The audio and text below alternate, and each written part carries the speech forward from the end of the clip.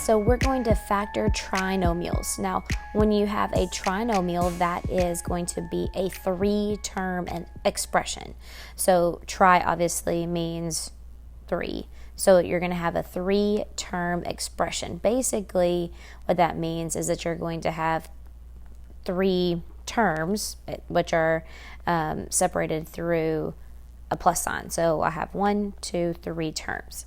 So what we have here is when we're factoring this, we want to find 2 binomials, which would be 2 terms, that I can multiply together that would give me this 3 term here.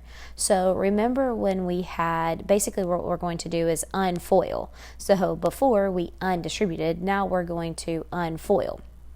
So I'm just going to come over here and just remind you real quick what FOIL did. So if I multiplied x plus 1 times x plus 2, remember FOIL said first times first, and then outside times outside, and then inside times inside, and then last times last. Then I combined these 2 middle terms.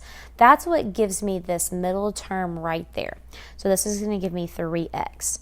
So what the standard form for any trinomial, or will also be called as a quadratic, is ax squared plus bx plus c. So my b here is going to be the 2 terms here. I have a 1 and a 2 here. They're added together to give me my 2 terms. So you'll also notice that the last term here is c, and that is going to be 2 times 1. So what we have here is I'm going to find 2 numbers that are going to multiply to give me c, but add together to give me b.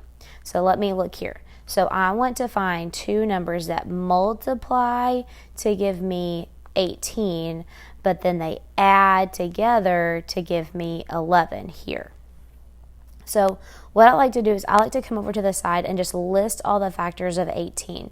Especially right now while you're trying to kind of get this under control, or trying to learn this, I guess, and trying to wrap your head around this, it's a good idea to write out all the factors. So I have 1 times, and I'd like to start at 1. 1 times 18, 2 times 9, 3 times 6, 4, 5. And I also like to number them. I also like to go in order, because once I start repeating myself, so 6, and then I start going back up this side, I've listed all the factors, especially when your number gets really big and you have several factors.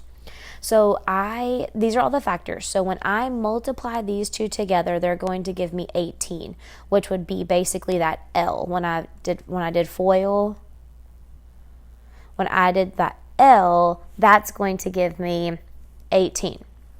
So, and when I do first, remember that was just x times x. So that's where those 2 x's come from. So we have those 2. Now I'm trying to find the O and the I. So when I add those 2 together, they give me 11. So if I add 1 plus 18, if I add those 2 together, it gives me 19. So that factor doesn't work. When I add 2 plus 9, I get 11. So this is going to be the 2 factors that I use. So I will use 2 and 9. For this instance only, we're just going to have 2 plus signs because we're starting out very baby steps. So right now, both of these are going to be a plus sign because they add together to give me my middle term. So if you were to go back through and FOIL this together, it would give you x squared plus 11x plus 18. These are the 2 factors. Okay, so the next one that we have here, we have x squared plus 8x plus 12. So remember, I want to find 2 things that multiply to give me here and add to give me this middle term. So I like to come over here and I'm going to list all my terms of, all my factors of 12. 1 times 12, 2 times 6, 3 times 4, 5 doesn't work, and then 4 starts repeating itself. So 2 of those 2 need to add together, is going to give me my middle term, which is 8. So it looks like these 2 terms right here, 2 and 6. So what I have here, Remember, I have my two set of parentheses, and I have x and x. Remember, when I multiply those two together, that's going to give me my f, and that is going to be x times x, which is x squared, and then my L is going to be 2 times 6, which also satisfies the O and the I that give me 8 together.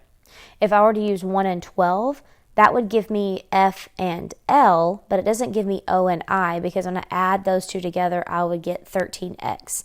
So that doesn't work out in the middle. So it's not like any term works out. It's kind of like a little puzzle there, because you're trying to find factors of something that add together to give you something else. All right, and then we have this trinomial here. So remember, I want to find factors of 24. So two numbers that multiply to give me 24, and then they add together to give me 11. So I'm going to come over here and list all the factors of 24.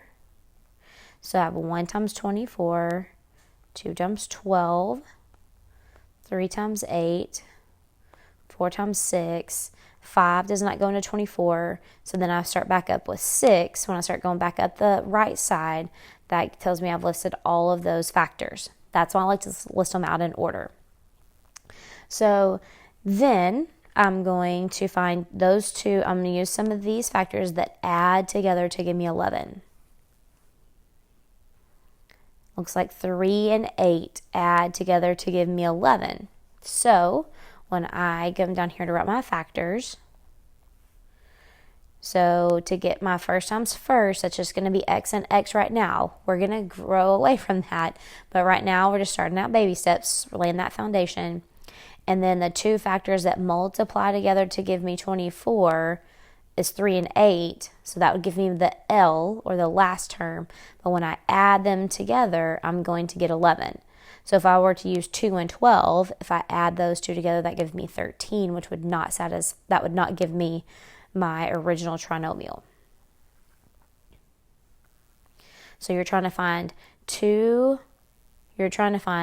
factors of C, which basically factors, remember, means to multiply, that add to B. So if I have x squared plus bx plus c, which is what all your trinomials are going to look like, all plus signs, you're going to try to find two numbers that multiply together to give you c, and then they add together to give you your middle term, b. And that is this first lesson on factoring trinomials.